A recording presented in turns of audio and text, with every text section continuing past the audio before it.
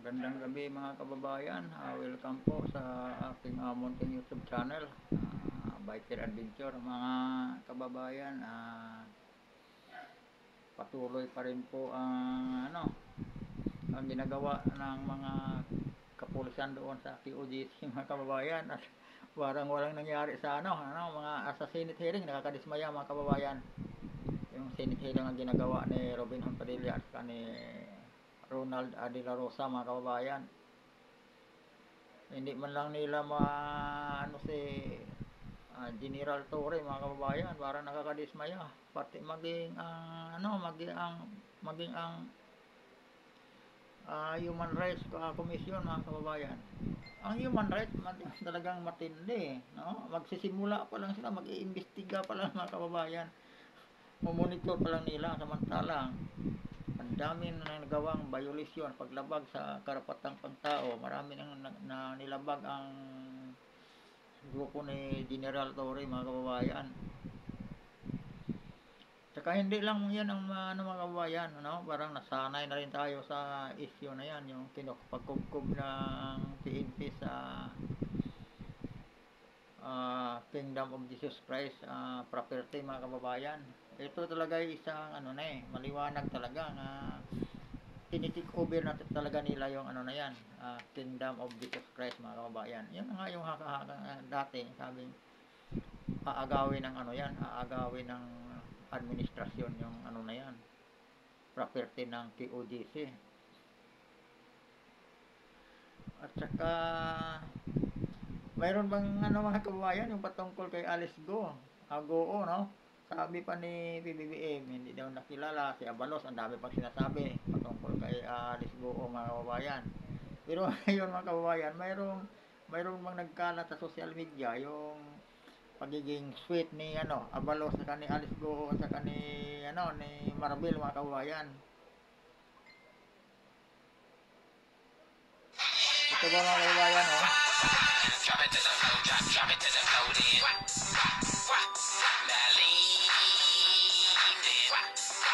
Turn around and turn around and now wiggle, wiggle, wiggle, wiggle, wiggle, wiggle, wiggle. Ano yan mga kababayan?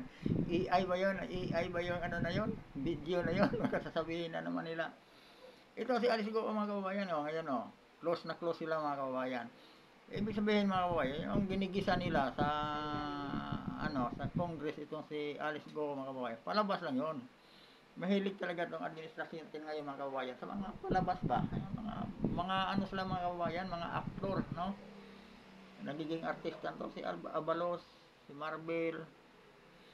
Ang target talaga naman nila nito mga kababayan, ikakabit na naman to ni PRRD. Siguro itong kaso na to mga kababayan ni Alice Goo, kaya nga parang nagkasundo na uunahan na natin mga kababayan, susunugin na natin yung plano nila. Malamang ito mga kababayan, ipatawag sa imbestigahan to, kundi sa Senate mga kababayan, doon sa Congress, no? Ituturo na naman ito si PRRD mga kababayan.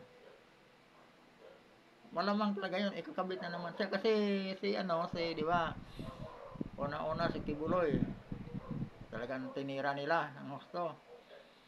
Tapos sinunod nila si Attorney Harry Roque mga kababayan, no? Ginigipit, ikakabit pa rin nila doon sa Pugo at saka sa doon sa ang talaga nila, ikakabit nila si PRRD sa Pugo mga kababayan. Samantalang sila naman ang protector. Tapos sinunod na naman si Attorney Topacio mga kababayan. Kasi siya daw protector ng siyang tumatayong abogado sa itong kapatid ni Alice Goo mga kababayan, no? Si Attorney Topacio naman ang tinitira. Basta yung mga nakapaligid mga kababayan kay PRRD, uubusin talaga nila yun. Itong quad committee mga kababayan sa Congress, di ba? Puro PRRD ang inimbestigahan, nakakapagtataka Tapos ngayon mayroon na namang yung jail guard mga kababayan. Tumistigo. Naman PRRD na lahat ng mga kababayan, PRRD, kaya ito yung mga fabricated ng mga mga kababayan. Kasi mag-i-election talaga mga kababayan, talagang todo kayo na sila. At saka ito pa isang nakakatawa mga kababayan. Anda itong mga congressman, mga alipuris ni Tamba mga kababayan, namigay ng ayuda. Pero ang nakapagtataka, hindi ko lang din maisip, bakit nandoon sila sa Davao area namimigay ng ayuda mga kababayan. Ang binaha sa bagyong Inting, Inting ba yung bagyo? Oh. Ang hinagupit ni Inting, ang pinalubog, Teresa, may parte sa Antipolo, sa Rizal mga kababayan, sa Cainta. Marami yung mga lugar dito sa Luzon.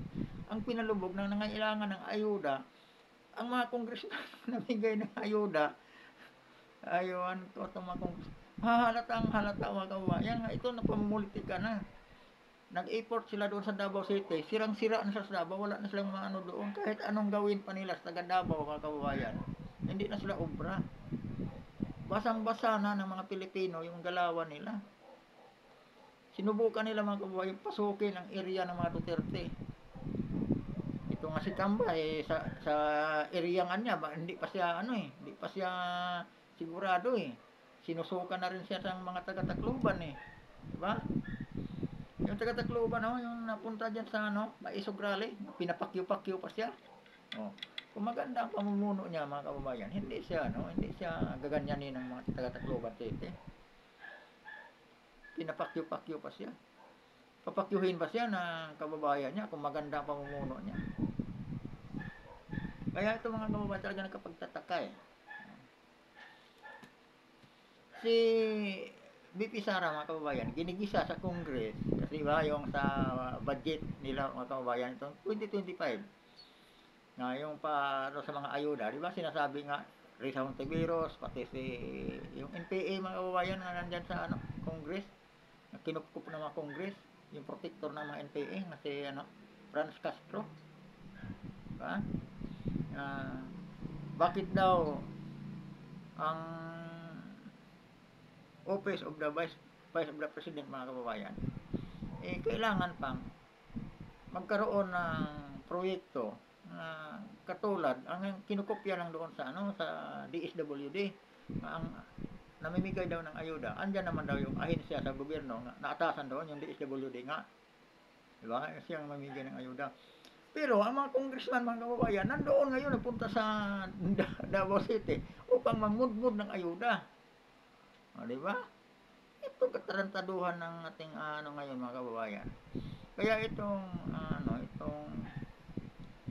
Congress mga kababayan, parang wala namang kwenta yan Pamulitika lang. Ang daming problema sa bayan nga dapat nilang pagtuunan. Ngayon pa lang yung itong nangyaring bagyo, di ba? Maraming pinalubog na naman dito sa Metro Manila. Hindi pa nga naka-recover ng unang bagyo. Ngayon, andito na naman, ipinamukha na naman kay BBM yung yung 5,500 nga flood control mga kababayan. Ito na naman ngayon, binalikan si BBM. Kung nakahanda na ba yung flood control niya. Yung 5,500 nga mga kababayan, sabi ko nga, kahit 10 lang, basta maituro niya kung saan yung 10 na yun. Wala pang maituro. Patunayan mga kababayan, yung mga dating hindi binabaha na ngayon. Yung mga noong unang bagyong Ondoy, hindi inabot ng tubig. Ngayon mga kababayan, lubog na. Tapos ang masaklap pa, ang mga congressman nandoon sa Davao City nagmudmud ng ayuda. Diba? Ano lang yan mga kababayan? Kasi kung dito sila magpupunta, halimbawa sa Teresa o kaya dito sa Cainta, diyan sila magmudmud ng ayuda mga kababayan. Ang budget nila nga para sa ayuda, ubos talaga yon.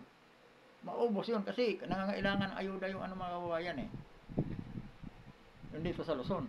Pag pupunta sila sa Davao mga kababayan, wala di naman tinamaan ng bagyo yun. Yung ayuda nga baon-baon ng mga kababayan, hindi yun maimamamudmud. Kunwari lang yung namimigay silang ayuda doon. Paano sila mamimigay ng ayuda doon? Okay naman ang taga Davao. Diba? Dapat, mamimigay silang ayuda. Huwag na silang, pumasok na lang sila sa compound ng POGC. Ayusin nilang problema doon. Lalong-lalo na yung tambalos-los mga kababayan. Ayusin yung problema doon. Kasi alam ko sila, sigurado yan, may kinalaman siya sa problema na yan. May alam siya dyan. Kasi dalawa lang naman yun sila Si, Abalos. Diba? Abalos, si Tamba. Ang pinaka-big boss na si BBM. Hmm. Kaya nga, nung una mga kababayan, ang marami namang dapat mas qualified pa kay Marvel mga kababayan ang magiging PNP chief. Pero hindi nila ano yun. Malamang yung matinong pulis, matinong general mga kababayan, hindi nila basta-basta nadidiktahan yun. Hindi nila yung basta-basta mapapasunod. Kaya, isiniksik ni Tamba si Marvel.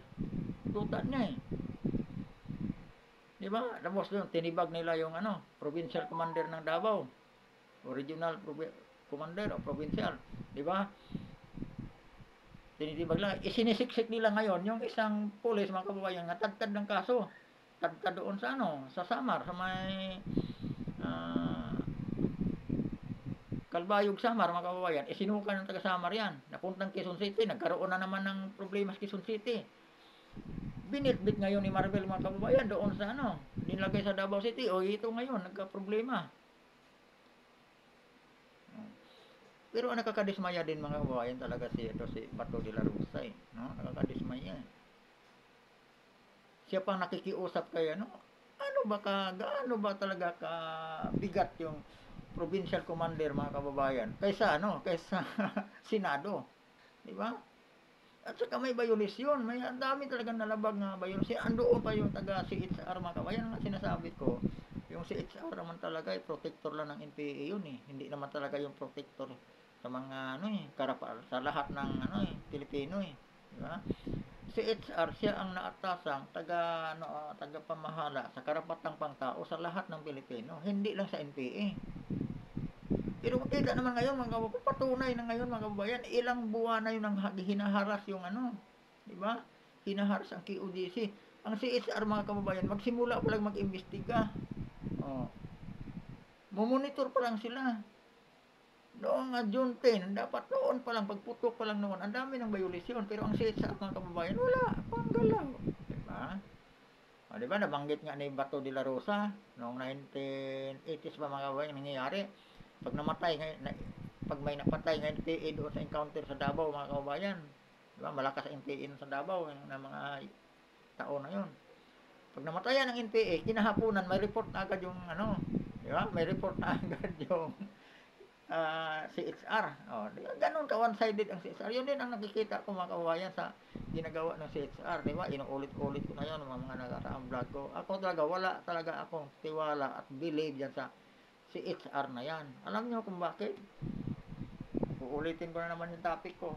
Pagka ang isang drug pusher ang namatay, o isang addict ang namatay, diba? O isang aktivista ang namatay, andyan agad yung CHR.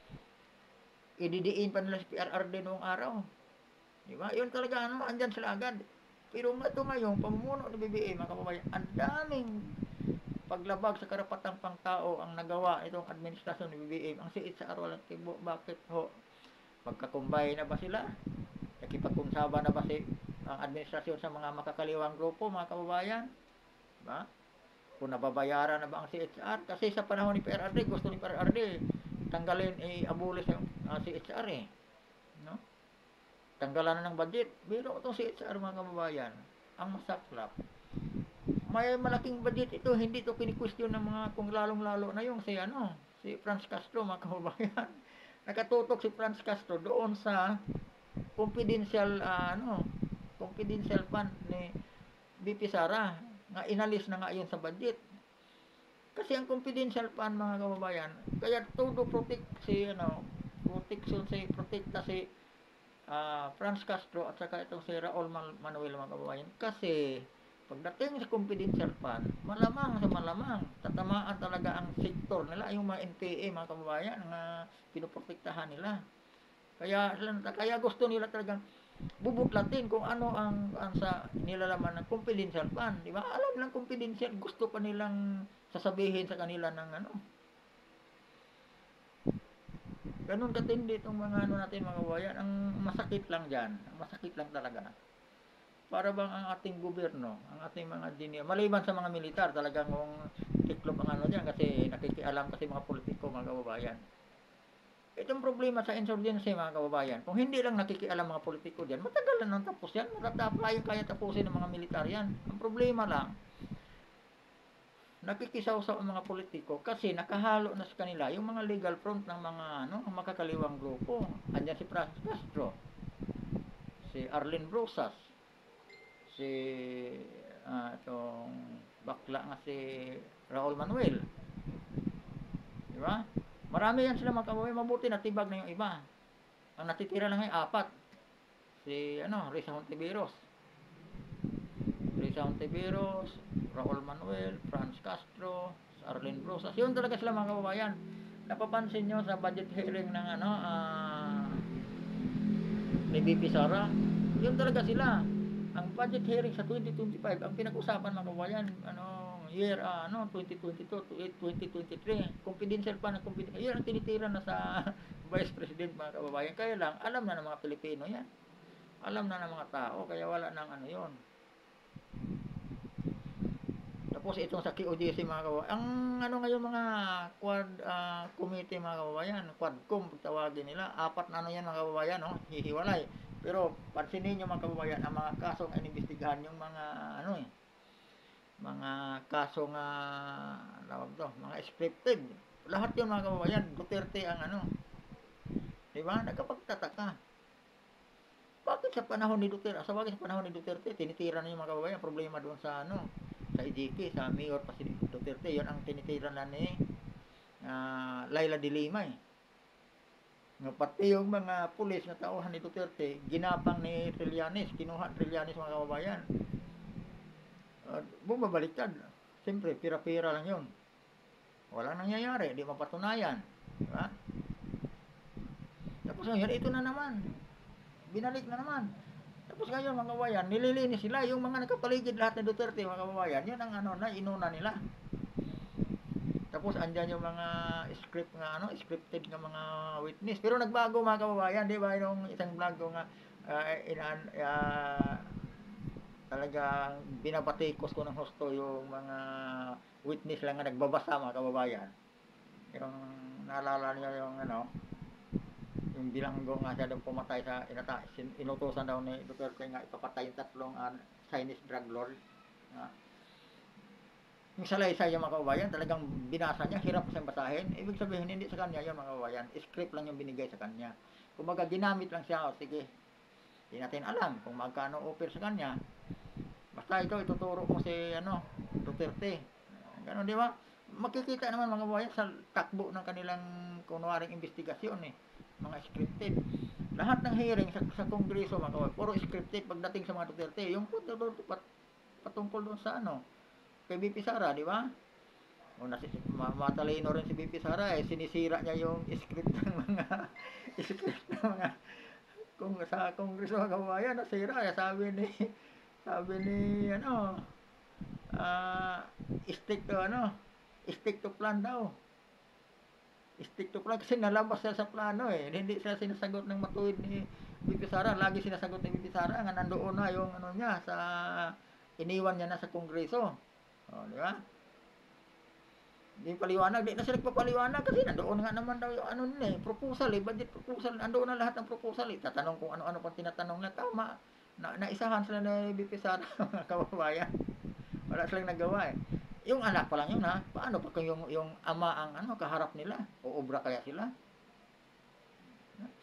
Alam ni PRRD ang galawan nila Kaya yung sa korupsyon, di ba? Talagang yan ang binabanata ni PRRD, korupsyon, droga. Tatlo lang naman yung pangako ni PRRD mga kababayan, pero ang daming nagawa, ang dami siyang natupad. Di ba? Tatlo lang talaga pinangako niya. Linisin ang droga. Ihinto ang korupsyon. Ano pa yung isa? Tatlo yun Ano pa yung isa mga kababayan? Pero marami siyang nagawa. Yung libreng pabahay, ni piso walang binayaran mga kababayan. Hindi pinangako ni PRRD yun, pero nagawa niya.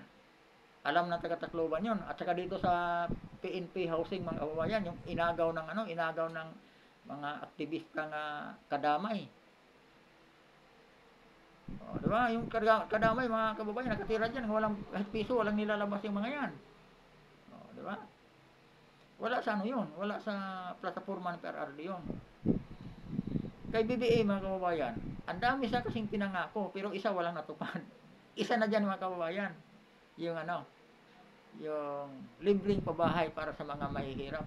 Pero pumunta ka mga kababayan, bumaba ka dyan sa may Blumentritt, no? So, pag sumakay ka ng LRT mga kababayan, mula sa ano, monumento, magsimula kang bumaba sa Blumentritt mga kababayan, yun sa train, sa PNR mga kababayan, Blumentritt.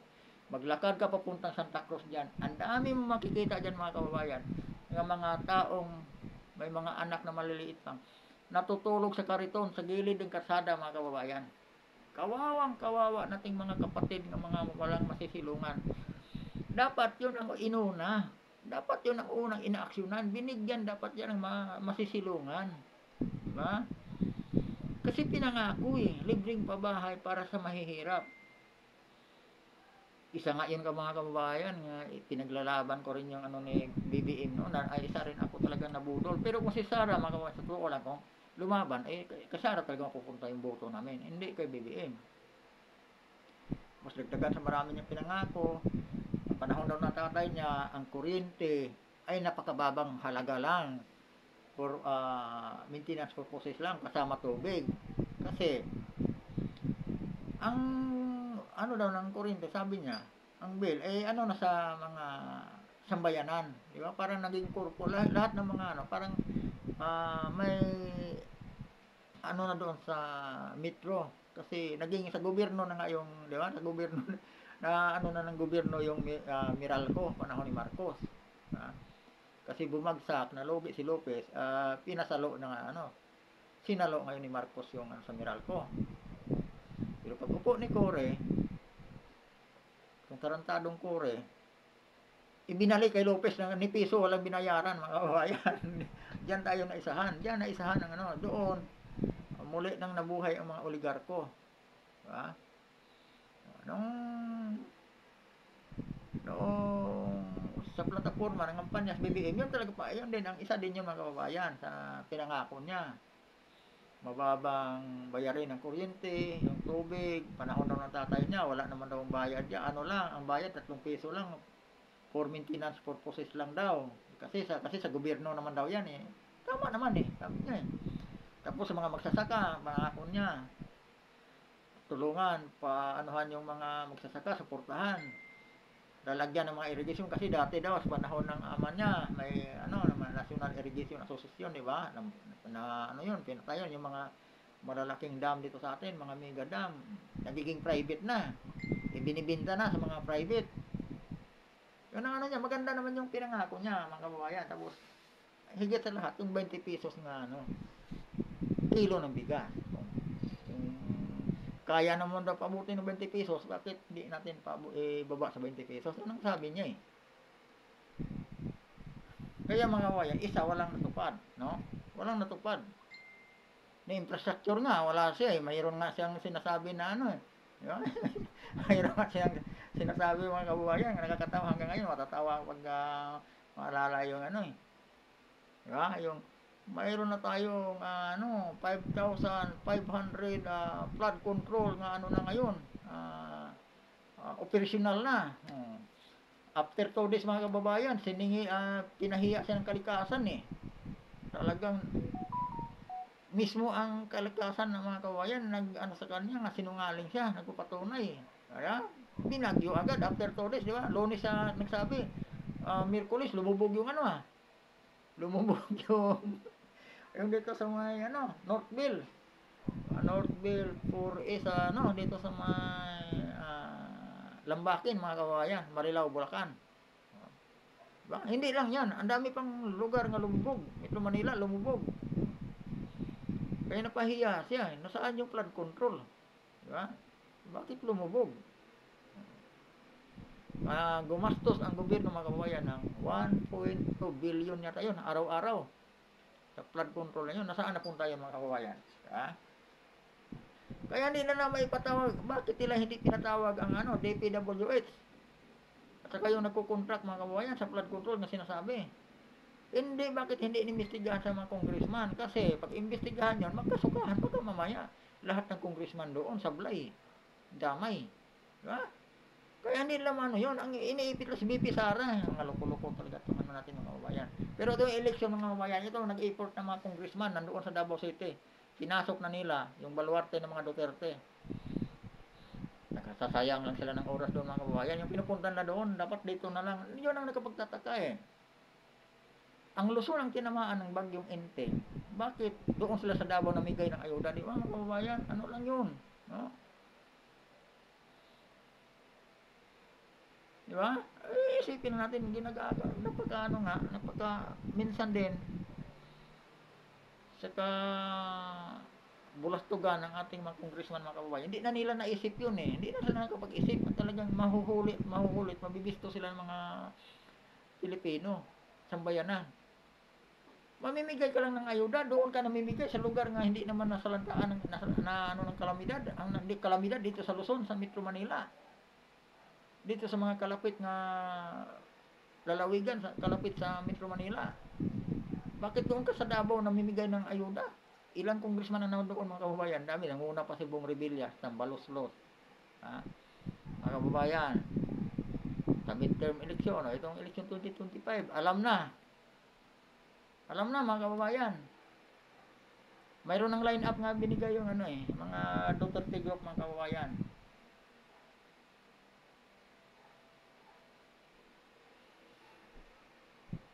Yung Risa Hontiveros na yan mga kababayan, malabo yan.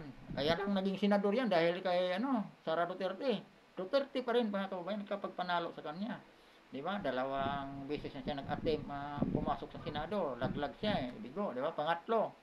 Nagpatulong kay VP Sara. Nung matulungan, anong ginawa? Diba?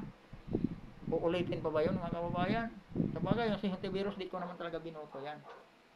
Di ko talaga binoto yan. Kasi yung scam lang yan doon sa mga pira ng PhilHealth. May ambag ako dyan. Tagal ko na nagiging membro ng PhilHealth na yan. 1986. May kaltas na akong ng PhilHealth. Hindi natuloy. Nung natuloy-tuloy talaga nung 1991 mga kababayan. 1991 dito nagsimula na talaga ng gusto yung PhilHealth ko. Hanggang ngayon sa kasalukuyan mga kababayan, PhilHealth ko, diba? Ang laki ng naambag ko sa PhilHealth na yan. Pero ang nakinabang yung mga politiko nating mga kurap mga kababayan. Kawawa. Tapos ngayon, malaki pa naman pala pondo ng PhilHealth. Nag-increase pa ng mga kababayan, contribution, dinagdagan, nilakihan pa ang kalpas sa amin. Dati pa 100 lang. Ngayon mga kababayan, 200 na o 300 na. Sinong nakinabang yan? Yung mga politiko mga kababayan, yung mga bulaang politiko. Kawawa yung mga membro eh.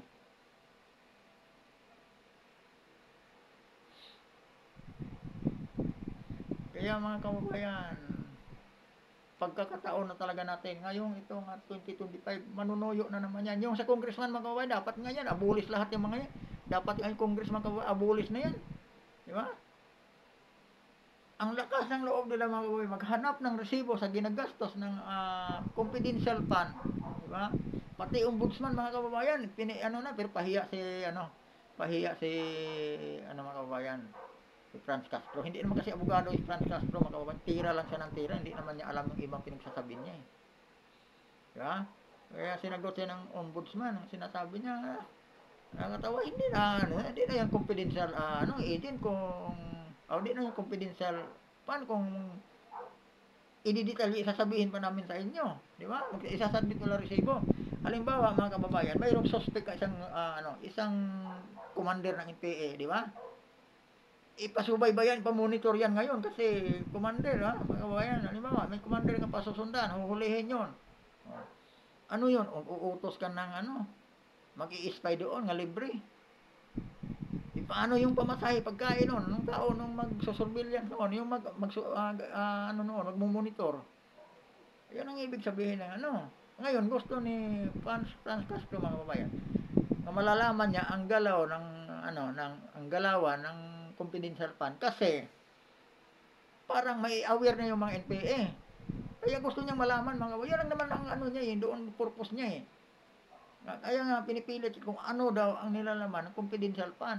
Di ba? Confidential fund na nga yun eh. Bakit pa niya Sino ba siya, mga kababayan, para maghahalongkat niyan? Kasi yun ang trabaho niya. Kaya nga sa pinapasok ng komite diyan sa gobyerno, parang yun nga talaga trabaho niya. Taga-protekta. Para ding si HR, mga kababayan. Yun na yung trabaho ng si HR eh. Ulitin ko, pagka NPA ang namatay, pag nabaril ang NPA, mga kababayan, ng umaga, kinahapunan may report ng si HR. Ang TOGC, nagsimula ng nilusob no as June 10, mga kababayan, hanggang ngayon wala pang report ng CHR, mga kababayan. Nag-ano pa lang sila, mag-imbestiga pa lang. Di ba? Di ba ganun ka mali ba ko, mga kababayan, kung sasabihin ko ang CHR ay protector ng mga NPA? Hindi sa sambayan ng Pilipino, hindi sa lahat ng mga Pilipino. Dito pa lang, di ba? Ang daming mga kabataan nga na trauma dahil yung ginawa ng mga pulis, mga kababayan, nung pinalusob ni Marbel ang KOJC. May namatay pa. Nasaan ang CHR? Bakit wala pa silang report, di ba? Hindi pa sila nakagawa ng report, mga kababayan. Kasi minomonitor pa lang nila. Nag-iimbestiga pa lang daw, pero hanggang wala pa. Di ba? Nasaan ang sinasabing sila ang sa karapatan ng bawat Pilipino? Sila ang pumuprotekta sa karapatan sa bawat Pilipino. Diba? Yung Pilipinong NPA, mga kababayan, pinuprotektahan talaga nila. Pero pag yung Pilipinong legit na mamamayan, ordinaryong Pilipino, aasa ka pa. Kasi makikita talaga natin yung galawan ng CHR. Ito ngayon sa KOJC. Ang daming karapatang mga nilabag. Yung karapatan ng natin, mga kababayan, yung religious, ano tawag nito, di ba? Nalabag yun.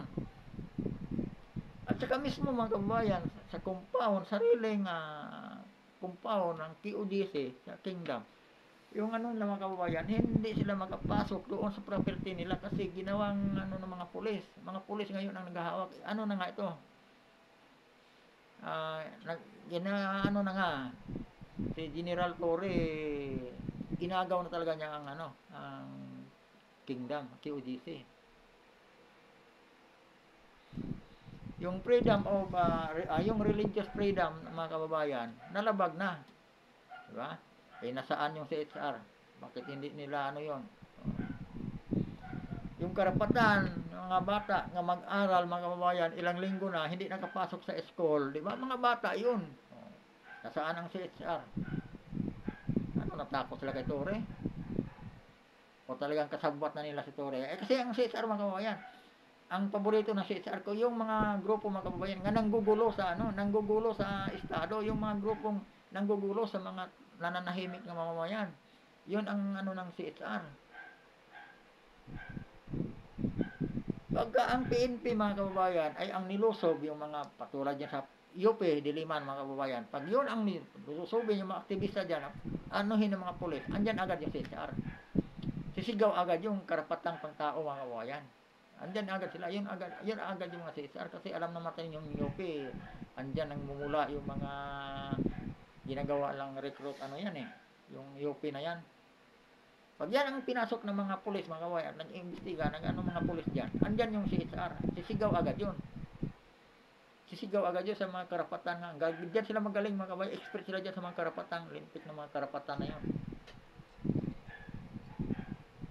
Pero, ang eskwelahan doon sa loob ng KOJC nga napirwisyo na talaga bubutas pa ni hinuhukayan pa ni Torre, mga kababayan, nga walang permit, walang anumang permiso mula sa city engineer.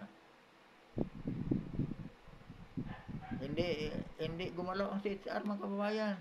Minomonitor pa daw nila, iniimbestigahan, pero wala pa nag-imbestiga, mga kababayan. Naunahan pa sila ng Senado. Mabuti nila, mga senador, dinala sila, kaya si Bato de la Rosa, mga kababayan, hindi rin ako talaga believe. Kahit pa marinig ni Bato de la Rosa, mga kababayan, marami siyang natumbok na labag sa batas ang ginagawa ni Torre, pero siya bang nakiusap. Diba? Ibig sabihin, mas lamang pang provincial commander kaysa sa Senate. Anak na. Itong ginagawa nila, mga kababayan, kasi talagang ang target talaga, pinaka-target nila dyan, si Duterte, kasi si Duterte ang administrator ng ano, ngayon ang si Duterte yung administrator ng POGC. Yun talaga ang gusto ng ibuwal. Pinaka-main target talaga nila, yung dalawang Duterte, mag-amang Duterte. Hindi na yan aabot sa 2028 eleksyon mga kababayan. Ito ngayong sa 2025, kabado sila mga kababayan. Kaya lang, itong eleksyon na to, wag na tayong umasa, malinis pang eleksyon yan. Kasi nakapagtanim na sila sa ano, sa itong bayaran na kumilik. Si Garcia mga kababayan, tota ni ano, di ba? Tanim na ni ano yan, tanim ni Lisa. Tapos may ano pa doon sa may bata pa si Lisa doon mismo sa office ni Garcia mga kababayan. Talagang pinataniman talaga ng ano, nilalagyan talaga ng escort. Di ba? Kaya wag na tayong umasa. Pagdating ng 2025 election ay ano pa yan. Pero ngayon mga talagang todo effort na sila mga kababayan. Talagang hinahanapan na nilang butas na si BP Sara hindi na makarating. Gusto ang target nila mga kababayan, ano naman si BP Sara, hahanapan ng butas parang ma-impeach. Yun na namang impeachment ang ano nila. Kaya lang pag ginawa niya mga kababayan, takot-takot na gulo yan. Hindi papayag ang sambayan ng Pilipino mga kababayan. Na sila ang ano, sila ang masunod, sila ang mananaig. Kasi alam na ng sambayanan. Yan si Risa Hontiveros mga kababayan, babay na yan sa ano, itong 2025, babay na yan si Risa Hontiveros. Yung mga senador mga kababayan nga balingbing, yung panahon ni PRRD, ano yan sila mga kababayan, lahat yan sila sa partido ni PRRD. Pagkatapos termino ng PRRD mga kababayan, lahat yan sila, ano na naman, nagbabaliktaran mga kababayan, masama na si PRRD. Pero panahon ni PRRD, lalo na yan sa Kongreso mga kababayan, yung si ano, si Abante na yan, halos na lang yan, sisimhutin yung ano eh, halos hahalik na sa puwit ni PRRD, ganun kasipsip yan mga kababayan. Pero ngayon, tingnan mo, anong kalagayan ngayon, anong stand ngayon ni ano mga kababayan? Congressman Abante, may distrito ba to si Abante o ano yan? O isang party list lang yan? O, may distrito yata. Matindi magsipsip yan mga kababayan, ng panahon PRRD. Pagkatapos ng termino ni PRRD, matindi rin siyang nagsipsip ngayon, kaya ano mga kababayan, tambalos-los. Saka ang mga saklap mga kababayan, hanggang ngayon, hindi sila naging transparent. Ang galing nila maghahalongkat sa confidential fund. Kasi sabi nga ni Franz Castro, pira daw yan ng taong bayan. Kailangan daw yan, ipaliwanag sa taong bayan. Kailangan daw makarating sa taong bayan kung saan, paano ginastos ang pira na yan. Pero yung mga budget nila mga kababayan, mahina rin pag-iisip ng mga lukong-lukong yon, no? Di man lang sila nahiya. Yung mga pork barrel nila mga kababayan, hindi rin nila ipinaalam sa mga taong bayan kung saan napunta yung mga ano nila, budget na yun. Lalong-lalo na yung tatlong itlog niya sa Congress. Si Raul Manuel, Franz Castro, at saka si Arlene Rosa, saka yung butaw ng mga teacher mga kababayan, nga 2020 ito yung sahod. Dapat inimbestigahan din yung saan napunta yun. Milyon abutin yan mga kababayan. Ilang milyon ang teacher sa buong Pilipinas sa 2020. Oh. Milyon din yan mga kababayan. Saan dinala ni Franz Castro yan? Pinaliwanag niya ba yan? Mas malupit pa yan kaysa confidential fund ni Vice President. Ang confidential fund ni Vice President mga kababayan, may pupuntahan, may ginagamitan. Pero yung butaw ng mga teacher mga kababayan, saan napunta yan? Binili ba yan ng baril sa mga NPA?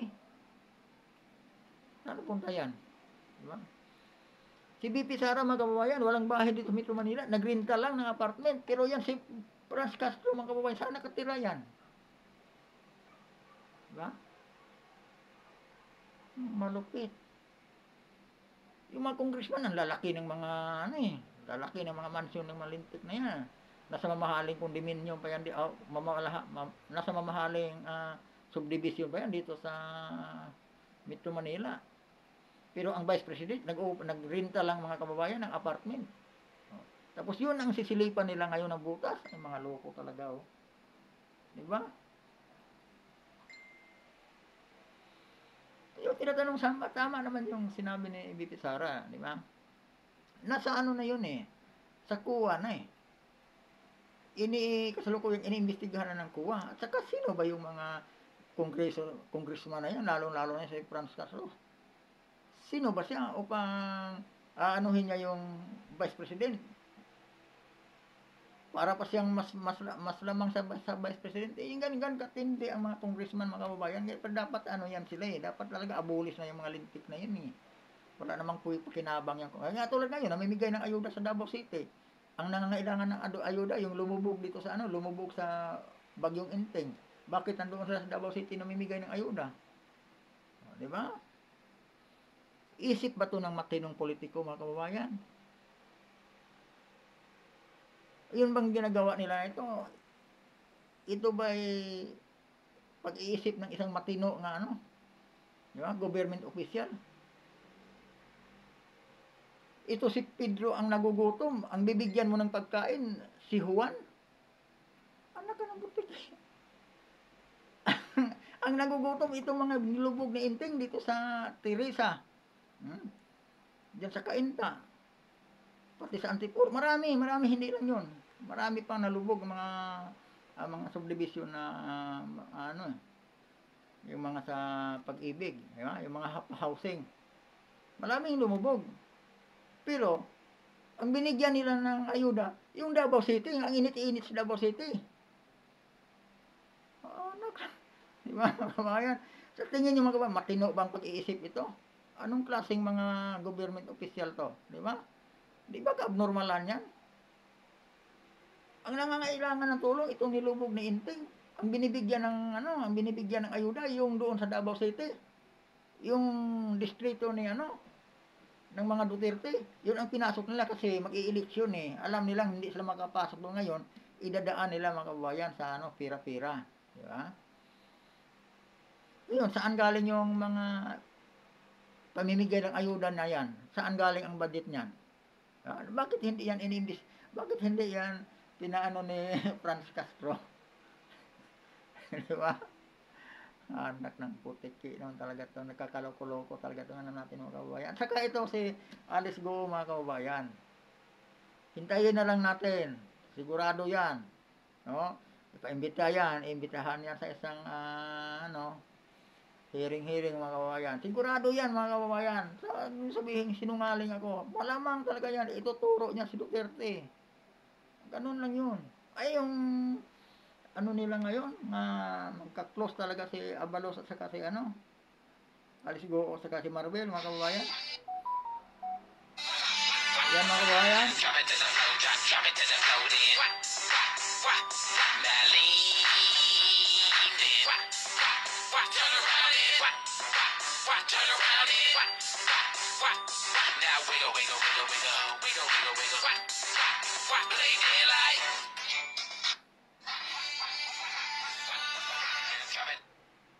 Di ba mga kabayan, tatawanan. Di ba? Nagpapasilpi pa. Anong sabi ni BBM? Alam ni BBM ito mga kabayan, sabi ni BBM. Natatawa ako sa paliwanag ni BBM nito. Kasi ang Pilipinas daw, selfie capital of the world daw, sabi niya. Di ba? Hindi rin daw iwasan nga magpapasilpi. Pero magpapasilpi ka, yung artista. Di ba winanted nyo yan? Di ba? Di ba kinasuhan niya, ginigisan niya sa yan, pero hindi sa korte mga kababayan. Sa Congress lang. Ayun ang style nila eh. Di ba dapat pag may kaso talaga yung isang tao o yan isang politisya, dadalhin nyo na sa korte. Di banda na, hindi bakit andyan lang sa for publicity lang, para sisirain nyo lang. Hindi, wala namang kasong na ipasa sa korte. Katulad dito si Alice Goo mga kababayan, tingnan nyo ito kasinungalingan ni Abalos. Di ba? Sabi niya, kahit sino ka pa, ang batas ay batas. Sabi niya, ano ngayon? Diba? Sweet nila mga kababayan. Basta pagdating yan, mga sunod araw siguro, malalaman na yan, andoon na yan sa hearing. Ituturo na yan si PRRD. Tingnan nyo. Ang lupit. Di ko na lang masyadong pahabain itong ko mga kababayan, itong vlog ko, at wala rin namang viewer itong ko mga kababayan. Hindi pa nga ako mga kababayan, hindi pa ako makapag-live doon sa pupunta sana ako kanina doon sa rally sa Liwasang Bonifacio. Kaya lang, hindi pa naman din ako makapag-live. Hindi pa ako umabot sa kuta ni mga kababayan ni YouTube. Nabigyan ako ng live stream mga kababayan, seconds lang, hindi parang napakaiksi, short video lang. Hindi talaga ako maka-live ng yung ano na. Kaya dito na lang muna siguro ako sa ano na siguro, mga sa sunod araw pag siguradong wala ng ulan. Kasi nakakatamad, mga lahat ng vlogger doon nagla-live, ako video, ako lang ang naka-video, hindi pa ako maka-live eh. Bago lang kasi mga kababayan, wala pa akong subscriber din. Viewer nga, wala. Kaya sabi ng ano, tuloy-tuloy mo lang, ganun talaga pag nagsimula ka pa. Naranasan din daw nila dati yon. 10 views lang, isang linggo na, 10 views lang. Swerte na daw kung may maka 50. Ang unti-unti naman makilala hanggang sa ayun, okay na sila. At maraming salamat mga kababayan, maraming salamat sa mga nanonood ko sa aking vlog dito sa aking video. At ulitin ko mga kababayan, Biker Adventure YouTube channel. Magandang gabi sa inyong lahat at maraming salamat mga kababayan na pinaunlakan nyo itong aking video dito sa aking munting channel mga kababayan. Maraming salamat at magandang gabi sa inyong lahat.